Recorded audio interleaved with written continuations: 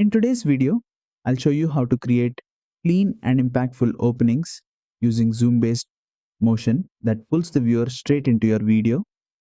First, open your project in CapCut Mobile and make sure your video clip is placed at the beginning of the timeline so the zoom feels intentional. Tap on the video clip to select it. From the bottom toolbar, tap on Animation to open the animation options. Next, switch to the In tab, which controls how your video appears at the start. Scroll through the animation list until you find Zoom 1, then apply it.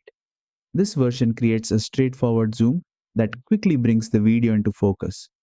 Now try Zoom 2, which adds a slightly stronger and more dynamic zoom motion. Both options work great depending on how punchy you want the intro to feel. In CapCut Mobile, these animations are applied directly to the video clip, not as a separate layer. Use the duration slider to control the zoom intensity. Shorter duration makes the zoom fast and aggressive. Longer duration slows it down, creating a smoother entry.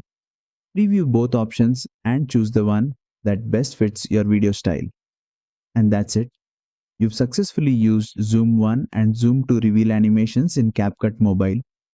If this tutorial helped you, don't forget to like, share, and subscribe for more CapCut Mobile animation tutorials.